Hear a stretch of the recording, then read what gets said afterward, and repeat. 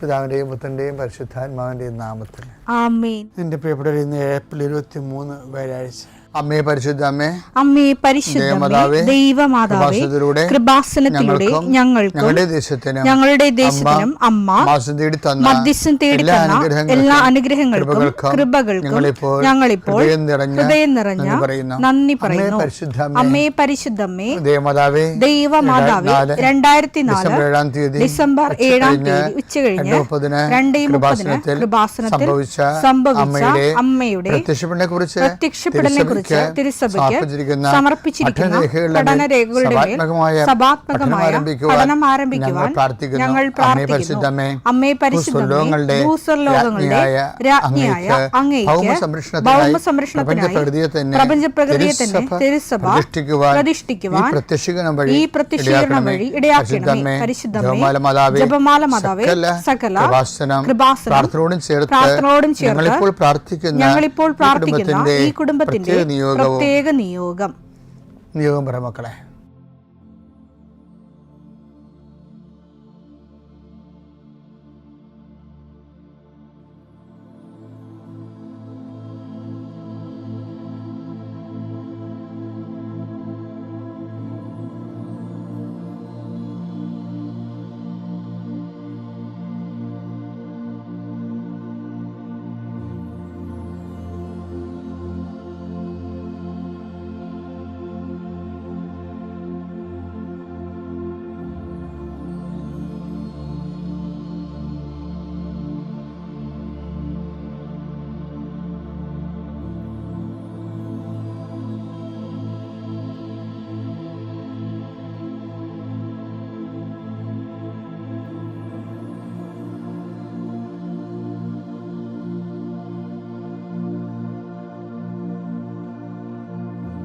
അമ്മയുടെ പ്രത്യക്ഷീകരണത്തിന്റെ ഈ അനുഗ്രഹവേളയിൽ ഞങ്ങൾക്ക് സാധിച്ചു തരുവാൻ കനിയണമേ. ആമേൻ. വിശ്വാസ പ്രമാണം. സർവശക്തനായ പിതാവും ആകാശത്തിന്റെയും ഭൂമിയുടെയും സൃഷ്ടാവുമായ ദൈവത്തിൽ ഞാൻ വിശ്വസിക്കുന്നു. അവിടുത്തെ ഏകപുത്രനും ഞങ്ങളുടെ കർത്താവുമായ ഈശോമിശിഹായിലും ഞാൻ വിശ്വസിക്കുന്നു. ഈ പുത്രൻ പരിശുദ്ധാത്മാവിനാൽ ഗർഭസ്ഥനായി കന്യകാമറിയത്തിൽ നിന്ന് പിറന്ന് പൊന്തിയോസ് പീലാത്തോസിന്റെ കാലത്ത് പീഡകൾ സഹിച്ച് കുരിശിൽ തറയ്ക്കപ്പെട്ട് മരിച്ച് അടക്കപ്പെട്ട് പാതാളങ്ങളിൽ ഇറങ്ങി മരിച്ചവരുടെ ഇടയിൽ നിന്ന് 3-ാം നാൾ ഉയർത്ത് സ്വർഗത്തിലേക്ക് എഴുന്നള്ളി സർവശക്തിയുള്ള പിതാവായ ദൈവത്തിന്റെ വലതുഭാഗത്തിരിക്കുന്നു. അവിടെ നിന്ന് ജീവിക്കുന്നവരെയും മരിച്ചവരെയും വിധിക്കുവാൻ വരുമെന്നും ഞാൻ വിശ്വസിക്കുന്നു. പരിശുദ്ധാത്മാവിലും ഞാൻ വിശ്വസിക്കുന്നു.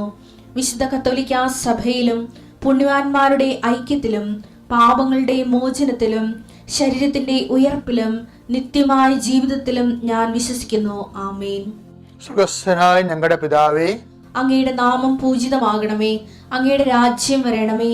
അങ്ങയുടെ തിരുമനസ് സ്വർഗത്തിലെ പോലെ ഭൂമിയിലും ആകണമേ.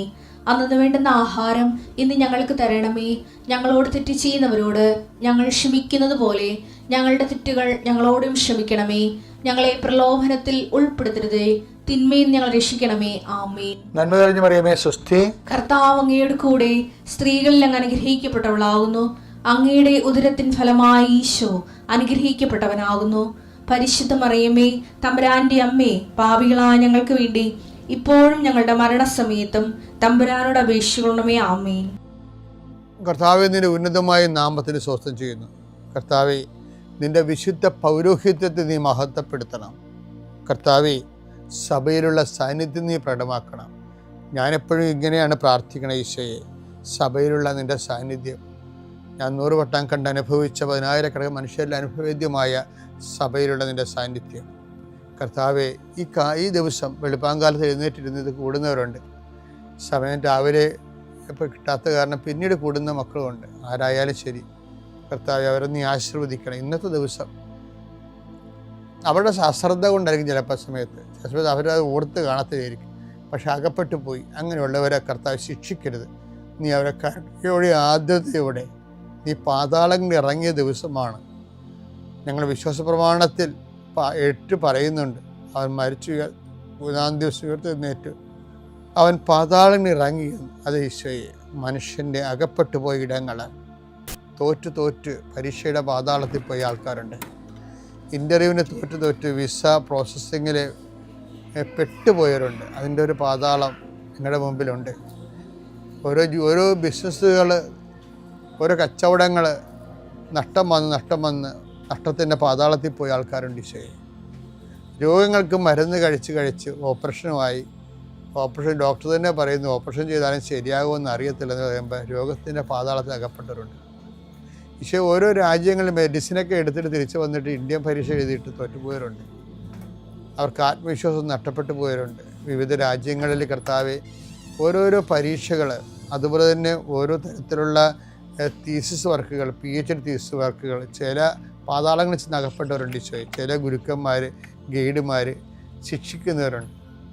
മാനസികമായ പലതരത്തിലുള്ള സാഡിസ്റ്റുകളായിട്ടുള്ളവരുണ്ട്. ഈശോയെ, അങ്ങനെയുള്ള പാതാളങ്ങളിൽ ചെന്ന് അകപ്പെട്ടവരുണ്ട്. ഈശോയെ, ഇതുപോലെ ഓരോ വിഷയങ്ങളും മനുഷ്യൻ അനുഭവിക്കുന്ന സാമ്പത്തിക ചില കടങ്ങൾ, ചിലയിടത്ത് കൊണ്ടുപോയി പണയം വെച്ചിട്ട് അവസാനം നമ്മുടെ കിഡ്നി വരെ വിറ്റാലും തീരാത്ത അവസ്ഥയിൽ പുതിയ പലിശക്കടങ്ങൾ വന്ന് പാതാളത്തിൽ അകപ്പെട്ടവരുണ്ട്. ഈശോയെ, ഈ ദിവസങ്ങളിൽ നീ പുനരുത്ഥാനത്തിൻ്റെ ഭാഗമായി പാതാളത്തിൽ ഇറങ്ങിയ ദിവസമാണ് ഈശോയെ. മനുഷ്യൻ്റെ എല്ലാ പാതാളങ്ങളിലേക്കും, കല്യാണം കെട്ടാതെ വയസ്സായി നരച്ചു പോയി, കുഞ്ഞുങ്ങളില്ലാതെ നിന്ന് കുഞ്ഞുങ്ങൾക്ക് വേണ്ടിയുള്ള മോഹങ്ങളും പോയി, അങ്ങനെ പാതാളത്തിൽ അകപ്പെട്ടവരുണ്ട്. ഈശോയെ, നീയാണ് പുനരുത്ഥാനം, നീ മാത്രമാണ് പുനരുത്ഥാനം. ഞങ്ങളുടെ എല്ലാ നഷ്ടപ്പെട്ട പ്രതീക്ഷകളും,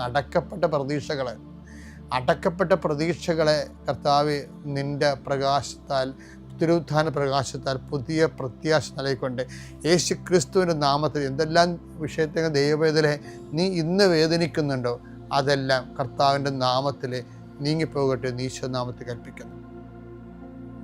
പിതാമ്പുത്രനും പരിശുദ്ധാത്മാവുമായ സർവ്വീശ്വരൻ നീക്കുവാമേ. എൻ്റെ പ്രിയപ്പെട്ടവരെ, നമ്മളെ ഈ ചന്ദ്രനില്ലേ, ചന്ദ്രൻ്റെ വ്യാസവും നമ്മുടെ പസഫിക് സമുദ്രത്തിൻ്റെ വ്യാസവും ഒന്നാണെന്ന് ഞാൻ പണ്ട് എവിടെയോ വായിച്ചിട്ടുണ്ട്. എന്ന് വെച്ച് കഴിഞ്ഞാൽ ഏതോ ഒരു കാലത്ത് ഭൂമിയുടെ അടുത്ത് കൂടി ഒരു മഹാഗോളം പോയപ്പോഴേ ഭൂമിയുടെ ഒരു കഷണം ആകർഷിച്ച് തെറിച്ച് പോയി നിൽക്കുന്നതാണ് ചന്ദ്രൻ എന്ന് പണ്ട് ശരിയോ തെറ്റാണെന്ന് ഇപ്പോഴും എനിക്കറിയാൻ പാടില്ല, പറഞ്ഞു കേട്ടിരിക്കുന്നതാണ്. ചുമ്മാ നാട്ടുപ്രസ്ഥാനമല്ല, സ്കോളേഴ്സ് പറഞ്ഞു കേട്ടിരിക്കുന്നതാണ്. അപ്പോൾ ഇതുപോലെ ഈ നിക്കഡേമോസ് ആയിരുന്നല്ലേ ഈ ദിവസങ്ങളൊക്കെ സംസാരിക്കണത്. നിക്കഡേമോസിൻ്റെ സംസാരത്തിൽ നിന്ന് ഒരു വചനം തെറിച്ചു പോയി. അത് 3-ാം അധ്യായത്തിൽ നിന്ന് 6-ാം അധ്യായത്തിൽ കിടപ്പുണ്ട്. അതെന്താണെന്നറിയാമോ? അത് ആ കഷ്ണം എടുത്ത് ഇവിടെ വെച്ചാലേ ഒക്കത്തുള്ളൂ. ഇപ്പോൾ ഉദാഹരണത്തിന് നിക്കഡേമോസിനെ കാണുമ്പോൾ ഈശോ എന്താ പറയണത്? ജഡത്തിൽ ജനിക്കുന്നത് ജഡവും, യോഹന്നാൻ 3:6 മാംസത്തിൽ നിന്ന് ജനിക്കുന്നത് മാംസം, മാംസത്തിൽ നിന്ന് ജനിക്കുന്നത് മാംസവും, ആത്മാവിൽ നിന്ന് ജനിക്കുന്നത് ആത്മാവും, ആത്മാവ് ജനിക്കുന്നത് ആത്മാവും.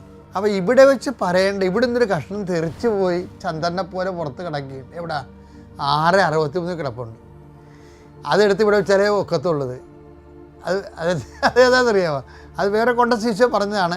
പക്ഷേ ആത്മാവാണ് ജീവൻ നൽകുന്നത്. ജഡത്തിൽ നിന്ന് ജനിക്കുന്ന ജഡവും ആത്മാവിൽ നിന്ന് ജനിക്കുന്നത് ആത്മാവും എന്ന് പറഞ്ഞാൽ 3:6. ഇനി 6:63 എന്താണ്? ആത്മാവാണ് ജീവൻ നൽകുന്നത്. ആത്മാവാണ് ജീവൻ നൽകുന്നത്. ശരീരം ഒന്നിനും ഉപകരിക്കുന്നില്ല, ജഡം ഒന്നിനും ഉപകരിക്കുന്നില്ല. നിങ്ങളോട് ഞാൻ പറഞ്ഞ വാക്കുകൾ ആത്മാവും ജീവനുമാണ്. അപ്പം എന്താ വ്യത്യാസം അറിയാമോ? ജഡത്തിൽ നിന്ന് ജനിക്കുന്ന ജഡം